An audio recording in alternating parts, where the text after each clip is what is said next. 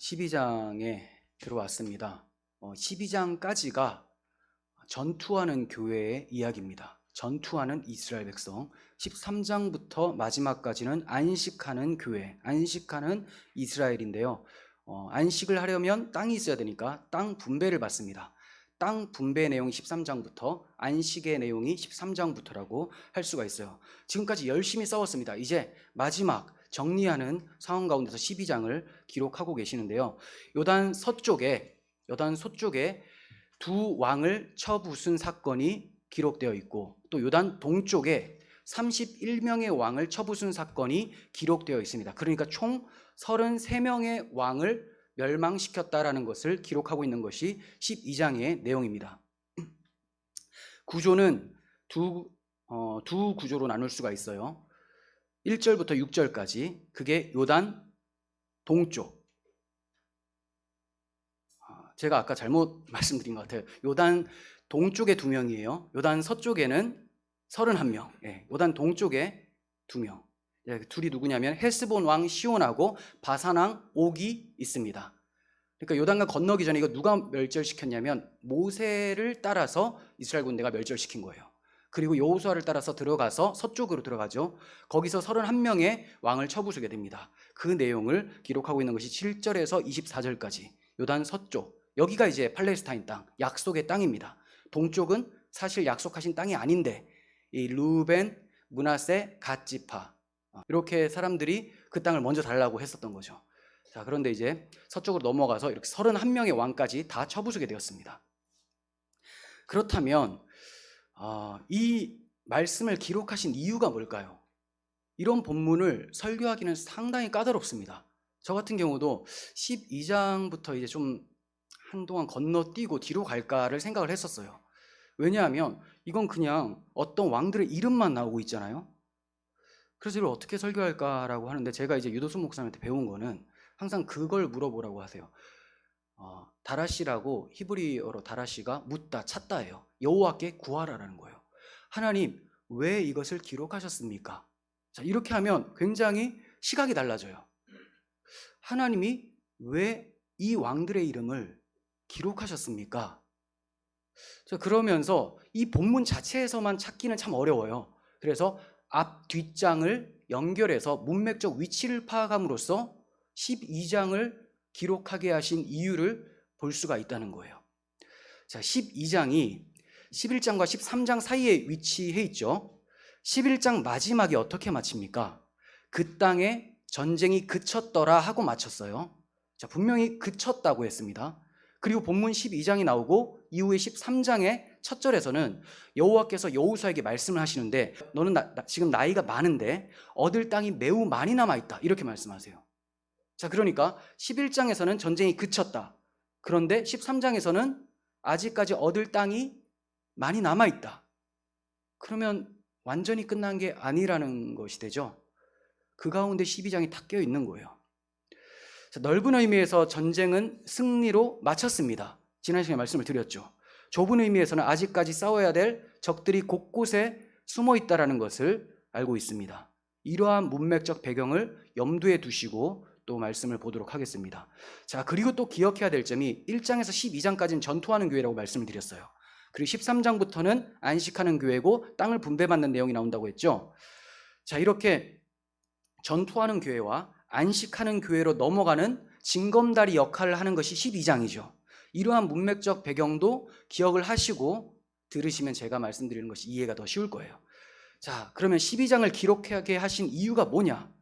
저는 크게 두 가지로 나누고 있습니다. 크게. 첫 번째는 여호와 하나님과 여호와의 행하심을 나타내기 위해서. 자, 하나님을 나타내기 위해서가 첫 번째예요. 두 번째는 영적 전쟁에 있어서 교회가 어떠한 자세를 취해야 되는지를 가르쳐 주시기 위해서. 자, 첫 번째는 하나님에 대해서, 두 번째는 교회에게 교훈하기 위해서라는 겁니다. 교회에 대해서. 자, 그러면 첫 번째 부분부터 말씀을 드리겠습니다. 자, 13장부터 시작되는 안식하는 교회의 모습은 정복한 땅을 분배받는 모습이라고 말씀을 드렸죠.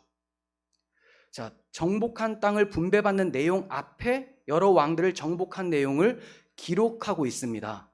이러한 안식이, 이러한 땅 분배가 하나님의 능력으로만 임하게 되었다라는 것을 가르쳐주고 계시는 거예요.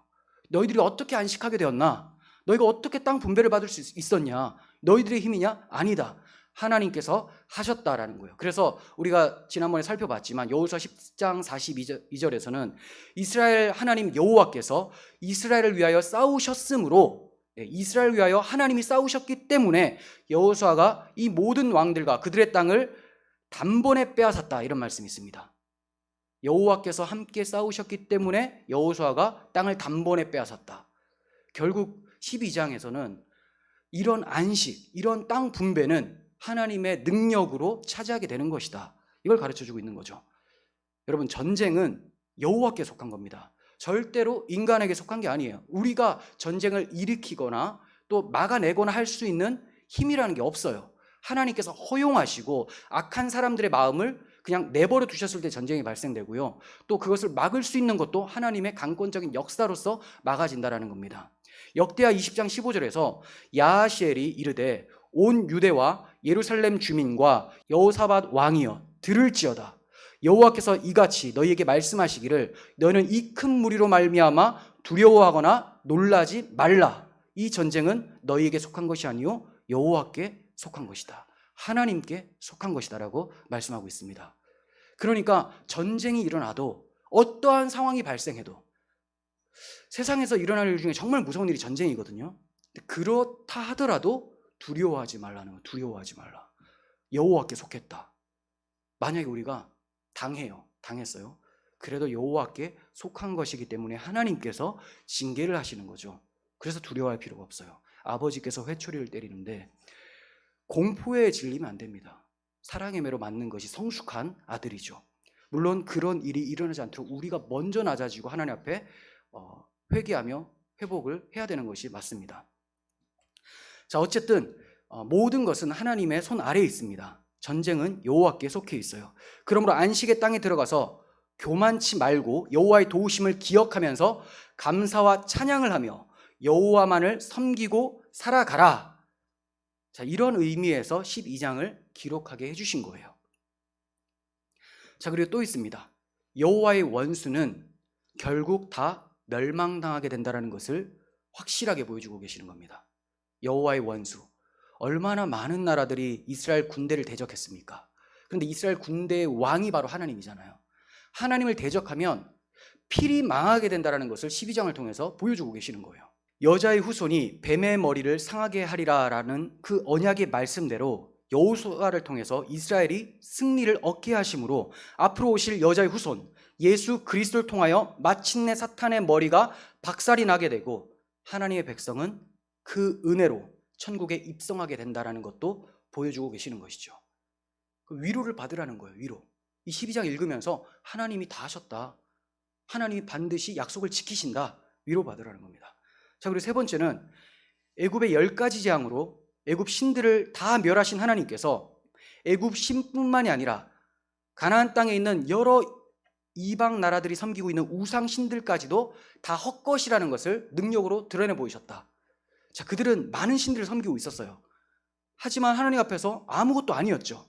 이거다, 아무것도 아니다. 눈이 있어도 보지 못하고, 입이 있어도 말하지 못하고, 코가 있어도 냄새를 못 맡는 그냥 목석에 불과하다, 이걸 드러내버리신 것입니다. 이스라엘 여호와만인 참신이라는 것을 12장을 통해서 보여주고 계세요.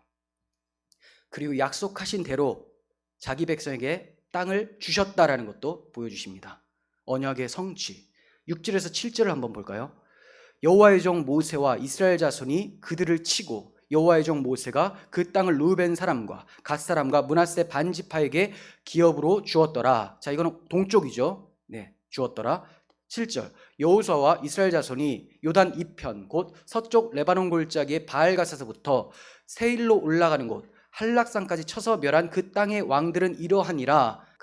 그 왕들을 쳤으니, 멸했으니 이제 뭘 얻게 되냐? 땅이죠. 그 땅을 여호수아가 이스라엘 지파들에게 구분에 따라 소유로 주었으니, 정말로 하나님이 약속하신 대로 그 땅을 못 받을 것처럼 생각했었던 1세대들은 다 광야에서 죽었고, 그 약속의 땅을 바라보면서 나갔던 사람들, 하나님을 의지하고 나아갔던 사람들은 땅을 다 받게 되었습니다. 하나님의 약속은 믿는 자들에게 응한다라는 것을 보여주고 있습니다. 문제는 우리가 믿지 않음으로 광야에서 다 죽느냐, 아니면 믿음으로 광야를 통과하느냐에 달려있다는 거죠. 그러므로 우리에게 믿음 주시기를 간절히 바라고 성령의 은혜를 구하면서 겸손한 마음으로 살아가야 될 줄 믿습니다. 자, 이제 두 번째 거예요. 첫 번째는 하나님을 드러내기 위해서였습니다. 자, 이제 두 번째는 영적 전쟁에 대한 교회의 자세를 교훈하신다라고 말씀드렸습니다. 자, 이스라엘은 약속의 땅을 차지하기까지 많은 전쟁을 했죠. 33명의 왕들의 이름을 하나하나 우리가 읽어내는 것도 참 피곤한데, 그리고 기억하기도 쉽지가 않은데, 이 33명의 왕들을 하나씩 쳐부쉈다면 얼마나 힘들고 오랜 싸움이었겠습니까? 성경에서는 7년 동안 전쟁을 했다고 얘기를 해요. 7년. 그러니까 7년 동안 약속의 땅을 밟았음에도 전쟁을 계속했다는 거죠. 자, 이와 같이 하나님이 주신 땅을 받기 위해서는 열심으로 싸워야 된다는 것을 보게 돼요. 자, 많은 수고와 노력이 필요했습니다. 그러다 보니까 이스라엘이 지치고 피곤해서 전쟁을 계속하기보다는 이제 그만 싸워도 되지 않을까라는 생각을 하게 되겠죠. 그래서 불순한 마음에 만족감과 나태함을 가지고 있었다는 것도 볼 수가 있어요. 즉 쉬고 싶었다라는 겁니다. 이제 안 싸우고 싶다. 자, 이게 오늘 본문에서는 찾기가 어려운데 여호수아 13장 1절에 가면 너는 나이가 많아 늙었고 얻을 땅이 매우 많이 남아있다라는 하나님 말씀이 있었죠. 너는 나이가 너무 많다라는 말은 여호수아가 그만큼 많은 전쟁을 했고 많이 지쳤다라는 것을 보여줘요. 근데 18장에 가면 이러한 징후들이 나타납니다. 징후들. 자, 이스라엘 자손의 온 회중이 실로에 모였는데 더 이상 싸우려고 들지를 않아요. 그래서 여호수아가 그들에게 책망하면서 권면을 합니다. 싸워라, 열심히 싸워라 이래요. 자, 여호수아 18장 3절. 여호수아가 이스라엘 자손에게 이르되 너희가 너희 조상의 하나님 여호와께서 너희에게 주신 땅을 점령하러 가기를 어느 때까지 지체하겠느냐? 도대체 하나님은 너희에게 땅을 주셨는데 언제까지 싸우러 가는 것을 지체하고 있느냐? 하나님 밥을 주셨어요. 밥 안 먹냐라는 거예요. 분명히 여호수아가 그랬죠. 자, 저 사람들은 우리의 먹이다, 우리의 밥이다라고 했어요. 광야에서 보고를 하면서 그렇게 얘기를 했죠. 근데 먹이가 있는데 안 먹고 있는 거예요. 왜? 배부르다라는 겁니다. 이미 땅 분배 받았고 뭐 저 사람 저 자지구레한 저런 족속들까지 다 죽여야 되나? 아우 귀찮아 죽겠어. 이제 우리 지쳤어. 이 정도로 만족하자 이랬다라는 겁니다. 하지만 하나님께서 주신 것은 다 먹어야 돼요. 하나님 베풀어 주신 은혜는 다 가져야 됩니다. 아우 이 정도면 됐습니다. 그게 교만이에요. 필요하기 때문에 주시는 거죠. 필요하기 때문에. 하나님 주신다면 아멘하고 받아야 돼요. 근데 받는데 힘이 들어요. 싸워야 되는 거죠. 영적 전쟁이 있다는 겁니다. 성도는 하나님 나라를 침노하는 자입니다. 하나님께서 하나님의 나라를 유업으로 주셨어요. 주셨는데 그걸 받으려면 침노하는 자가 천국을 받는다라고 말씀하셨습니다. 치고 들어가야 돼요.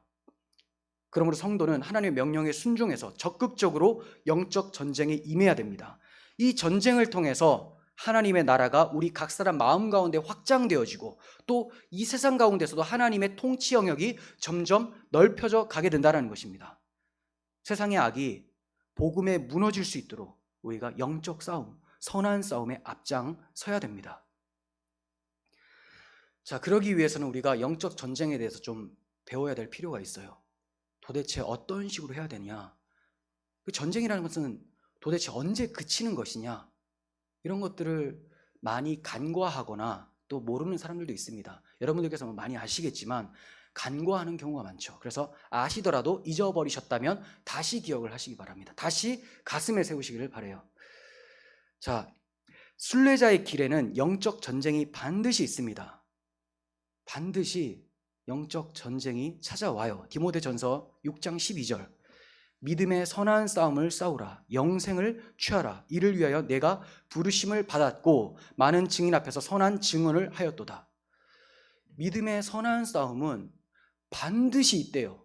왜냐하면 이것 때문에 우리가 부르심을 받았어요. 우리의 사명은 영적 전쟁입니다. 전쟁. 물론 과격한 표현이에요. 하지만 여러분들 잘 아시잖아요. 우리가 뭘로 싸웁니까? 성령의 검, 곧 하나님의 말씀을 가지라라고 합니다. 복음으로 싸우는 겁니다. 그러니까 복음 전파예요. 복음 지키고 복음 전하는 거. 이걸로 싸우는 거예요. 이것을 위해 우리가 부르심을 받았습니다. 복음 전환하면 쉽지가 않죠. 복음을 왜곡하는 사람이 있고요. 복음을 전하지 못하도록 박해하는 부류가 있습니다. 왜곡하는 것을 유혹이라고 하고 박해하는 것을 박해라고 하죠. 양쪽 다 있어요. 기독교계에는 왜곡하는, 유혹하는 사람들이 있고요. 세상에는 박해하는 세력이 있습니다. 공산주의나 사회주의와 같이. 지금도 세상이 그렇게 흘러가지 않습니까? 이 나라가. 오늘도 총리께서 이상한 또 제안 명령을 했죠. 그래서 교회가 굉장히 모이기 어려워졌고 여러 가지 어려움들이 찾아와 버렸습니다. 형평성에 어긋나고 우리나라 법에도 어긋나는 것들을 진행을 합니다. 그럼 교회만 눈에 가시예요. 보기 싫다라는 거죠. 우리는 양쪽으로 다 싸워야 돼요. 교회 내부적으로 유혹하고 복음을 왜곡하는 그 세력으로부터 복음을 지키고 내 마음을 지키는 것, 박해 세력으로부터 우리 믿음을 경고케 하며 정말 순교를 각오하면서 피 흘리기까지 싸우는 이런 자세가 우리에게 필요합니다. 전쟁 없는 게 아닙니다. 전쟁 없다면 그 사람이 순례의 길에 들어선 것이 아닙니다. 두 번째는 전쟁은 오직 주님 안에서만 승리할 수 있다는 거예요. 전쟁이 있다는 것은 알게 되었는데 그 전쟁을 자기 힘으로 싸우려고 하는 사람들이 있어요. 이런 것도 자기 힘으로 싸우는 겁니다. 내가 기도를 많이 해서 싸우겠다. 내가 기도를 많이 해서, 내가 성경을 많이 달달 외워서 싸우겠다. 내가 내 인내력이 좋으니까 어떤 박해도 견뎌내겠다. 이런 식으로 하면 이것도 자기 힘으로 싸우는 겁니다. 그럼 저요, 버텨냈다 하더라도 진 겁니다. 하나님 안에 없기 때문에. 성도는 그리스도 안에서 싸우는 거예요. 에베소 6장 10절 봅니다. 끝으로 너희가 주 안에서와 그의 힘의 능력으로 강건하여지고 주 안에서 그의 힘의 능력으로 강건해진다. 그분 없으면 약해 빠졌다라는 거예요. 13절 그러므로 하나님의 전신갑주를 취하라. 우리의 전신갑주가 아니에요. 하나님의 전신갑주. 하나님으로 옷 입으라는 거예요. 이는 악한 날에 너희가 능히 대적하고 모든 일을 행한 후에 서기 위함이라. 자, 하나님을 입지 못하면, 하나님을 의지하지 못하면 악한 날에 능히 대적을 못합니다. 설 수가 없어요. 넘어지죠. 엎드려진다는 거예요. 그러므로 그리스도를 의지하시길 바랍니다. 그분 앞에 겸손하게 행하는 것, 이게 그분으로 승리할 수 있는 비결이에요. 교만한 사람 절대 안 돼요. 자기가 성경 구절을 많이 알고 있고 신학 공부 많이 했고 이걸로 되는 게 아니에요. 난 기도 많이 할 수 있다. 이것도 절대 아니에요. 그냥 겸손하게 주님 허락하시면 그 마음 가지고 기도하시고 말씀 보시고 또 세상을 향해서 주시는 마음으로 복음 전하고 순종하지 않을 곳에 순종하지 않고 순종해야 될 하나님 말씀에 순종하고, 이것이 우리의 싸움입니다. 세 번째, 마귀는 피할 때도 있지만 대적할 때가 있습니다. 야고보서 4장 7절에서 그런즉 너희는 하나님께 복종할지어다. 마귀를 대적하라. 그리하면 너희를 피하리라. 유혹은 우리가 피해야 돼요. 여러분, 유혹은 피해야 됩니다. 근데 마귀가 우리에게 직접 찾아와서 물어 뜯으려고 할 때 맞서 싸워야 된다는 겁니다. 도망가면 안 돼요. 나 믿음 다 버리고 그냥 도망가겠다? 이거 안 된다는 겁니다. 자, 그러면 도망 안 가고 맞서 싸우려면, 우는 사자 입에 꼬챙이를 집어넣어서 못 다물게 하려면 어떻게 싸워야 되냐? 나오잖아요. 하나님께 복종할지어다. 하나님께 복종하는 것이 마귀를 대적하는 힘입니다. 근데 오늘날은 하나님께 복종이라는 것을 찾아볼 수가 없어요. 왜냐? 잘못된 복음이 하나님을 너무 우습게 만들어버렸어요. 하나님을 경외함이 없어요. 경건함이 없어요. 예배할 때도 경건함이 없고 살아갈 때도 내 언행에서도 경건함이 없고 하나님을 두렵고 떨리는 마음으로 생각하지 않습니다. 그러므로 하나님께 복종할 필요조차도 느끼지를 못하죠. 하나님이 어떤 분인지도 잘 몰라요. 교리적으로 조직신학적으로 정리도 안 되어 있어요. 그냥 날 사랑하시고 내 응석 부리는 걸 다 받아주셔 하나님. 그러다가 마귀한테 먹히는 겁니다. 우는 사자한테 잡혀먹는 거예요.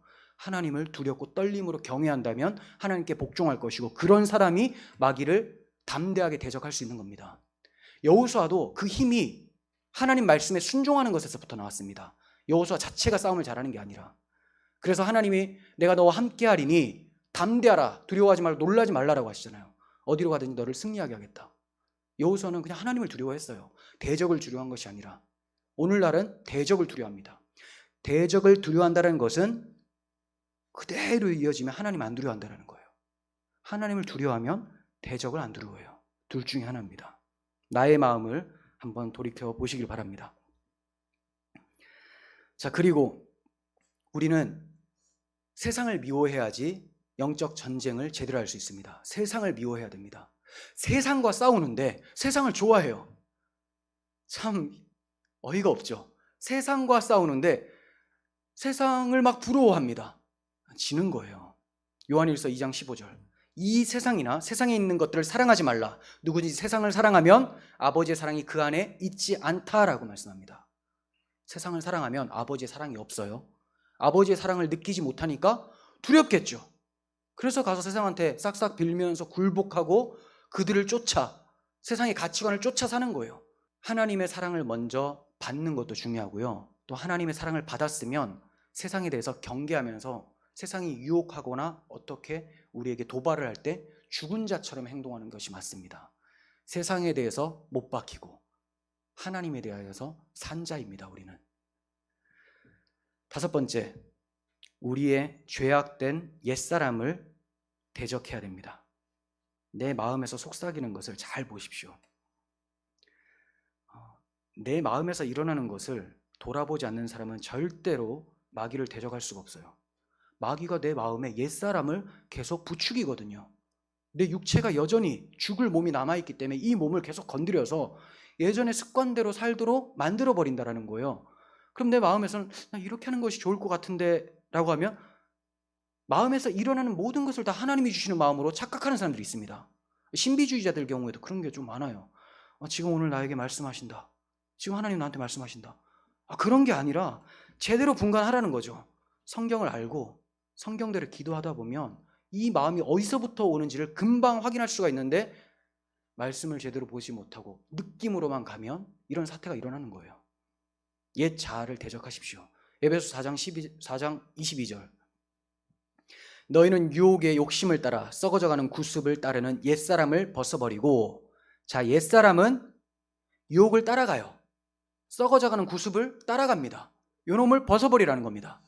자, 이걸 어떻게 벗냐? 완전히 벗는 것은 주님 오실 때 새로운 몸을 입어서 벗는 거예요. 영화의 상태가 되어서. 그런데 그 전까지는 우리가 썩을 몸을 가지고 있으니 우리의 영혼이 거듭났으니 이 영혼에 의해서 몸이 지배받도록 하라.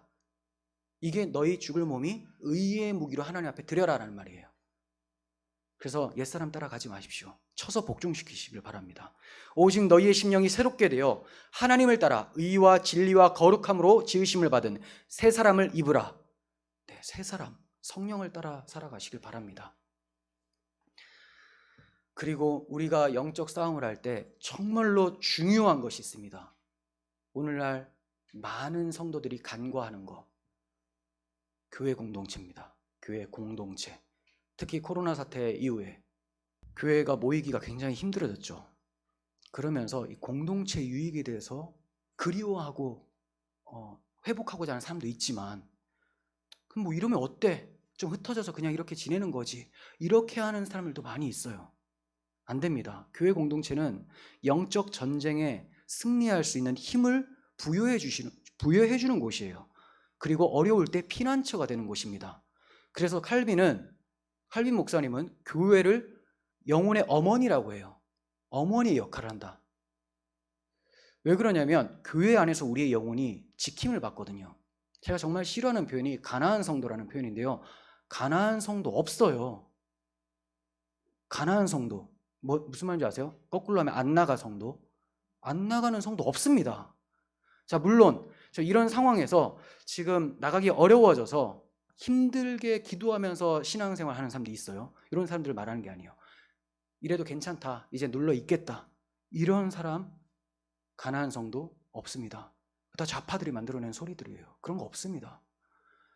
교회 공동체를 떠나서 어떻게 신앙을 유지할 수가 있어요? 하나님이 은혜의 도구로서, 은혜의 공동체로서 주신 건데, 그래서 우리가 서로 연약하면 서로 섬기면서 세워주라고 주신 공동체인데 이 교회 공동체 모임 자체를 파괴하려는 것이 그들의 모습입니다. 그래서 가나안 성도 이런 표현 만들어내는 거예요. 교회를 떠나서 제대로 된 신앙생활을 하기 어렵습니다. 그리고 특히나 더 무서운 거는 나만 그냥 신앙생활 잘하면 되지 않아? 그렇게 생각이 들어왔다? 회개하셔야 돼요. 안 믿는 걸 수 있습니다. 정말 심각한 거예요. 자, 에베소 4장 11절부터 보시면 하나님께서 교회 공동체 유익을 주시는데 직분자들을 통해서 주신다라고 말씀하세요. 즉 각자에게 은사를 주셔서 연약한 부분을 보완하고 섬길 수 있도록 주신다. 자, 이거 봅니다. 그가 어떤 사람은 사도로, 어떤 사람은 선지자로, 어떤 사람은 복음 전하는 자로, 어떤 사람은 목사와 교사로 삼으셨으니 이는 성도를 온전하게 하여 봉사의 일을 하게 하며. 자, 여러 직분들이 나왔죠. 이 사람들이 왜 있느냐? 이는 성도를 온전하게 하며. 그럼 직분자들을 통해서, 성도들의 은사를 통해서 섬김을 못 받으면 온전하게 못 된다는 거죠. 거꾸로 읽어보시면 돼요. 봉사일을 하게 하며. 봉사를 못 한다는 거예요.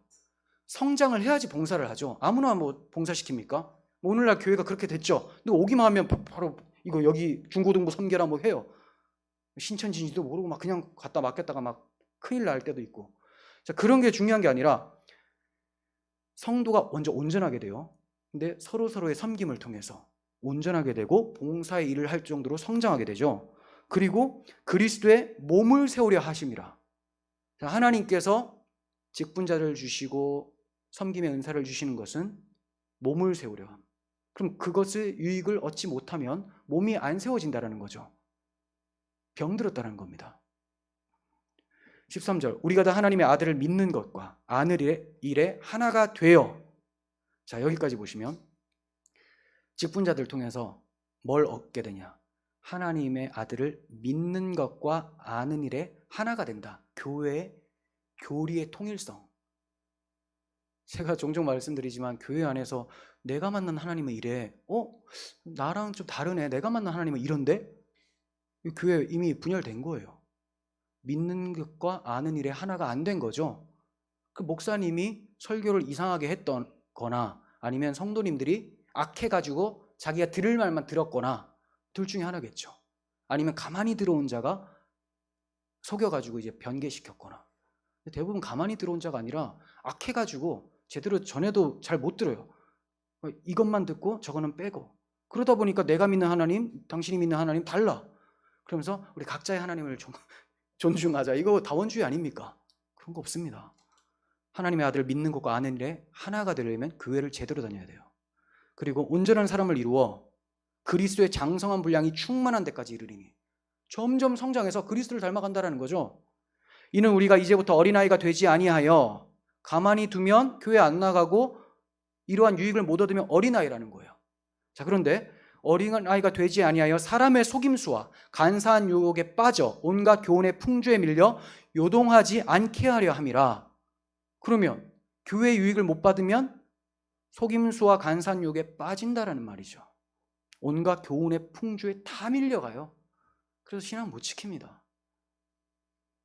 오직 사랑 안에서 참된 것을 하며 범사에 그에게까지 자랄지어다. 계속 자라가야 되는데 자라지를 못해요. 그는 머리니 곧 그리스도라. 그에게서 온몸이 각 마디를 통하여 도움을 받고 연결되고 결합되어 각 지체의 분량대로 역사하여 그 몸을 자라게 하며 사랑 안에서 스스로 세우니라. 교회의 유익이 얼마나 큽니까? 자라가게 하죠. 세운다고 해요. 넘어져 있게 두지 않습니다. 넘어져도 이렇게 세워요. 자, 왼손이 아파요. 오른손이 치료를 돕는 거예요. 그래서 건강하게 만듭니다.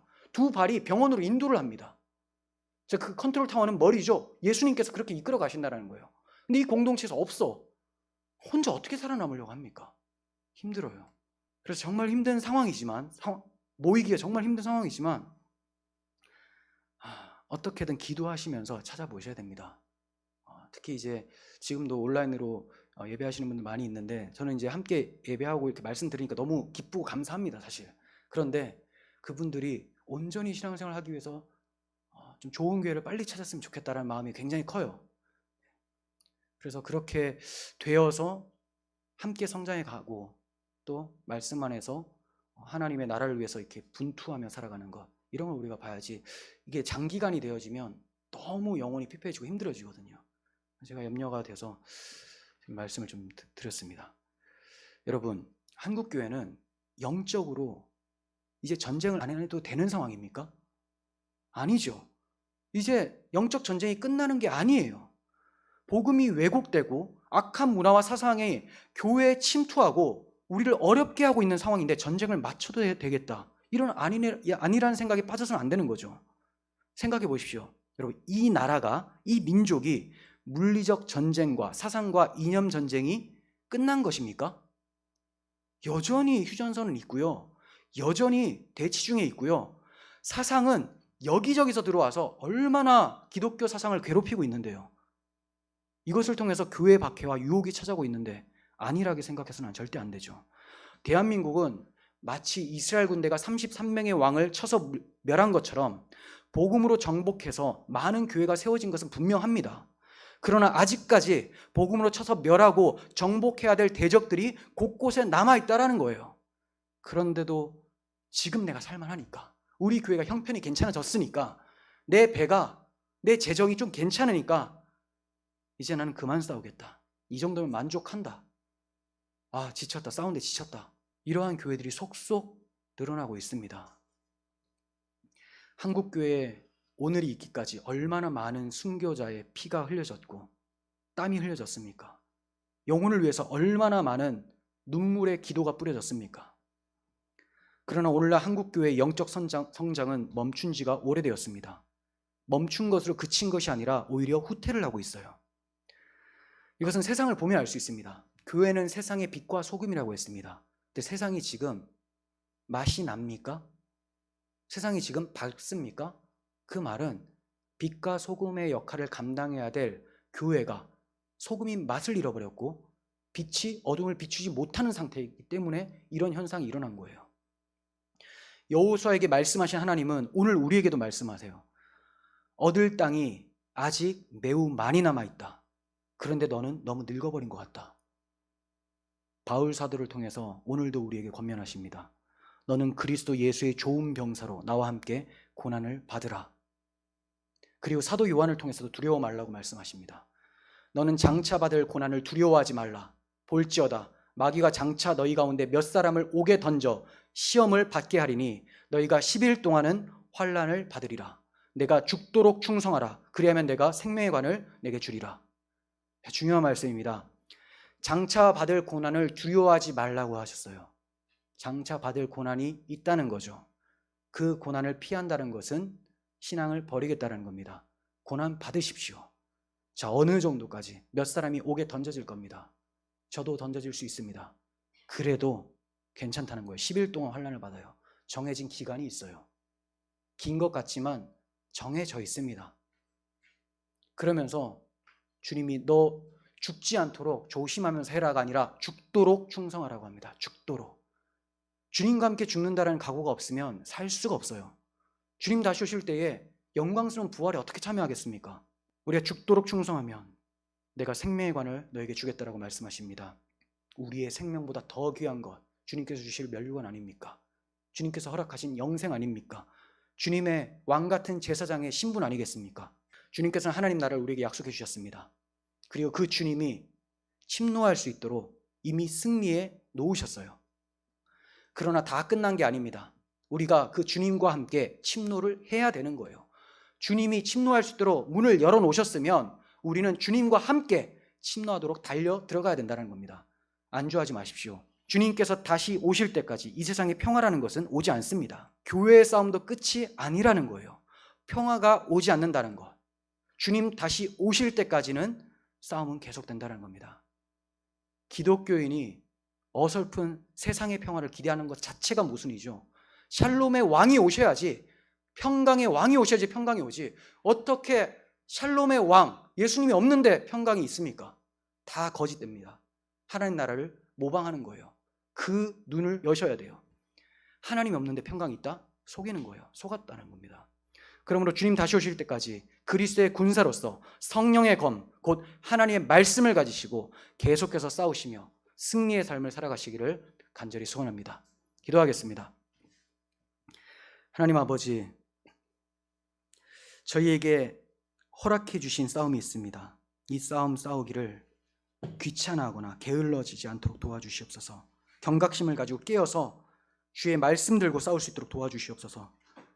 주님 의지하며 승리를 경험할 수 있도록 도와주시옵소서. 많은 어려움들이 찾아오지만 주님과 함께라면 어려움이 아닙니다. 어떤 상황 가운데서도 믿음으로 이겨낼 수 있는 그런 상태가 되도록 모여서 예배하는 모든 성도들, 또 함께 말씀 듣고 있는 모든 성도들 가운데 능력을 더하여 주시옵소서. 우리 구주 예수 그리스도의 이름으로 기도합니다. 아멘.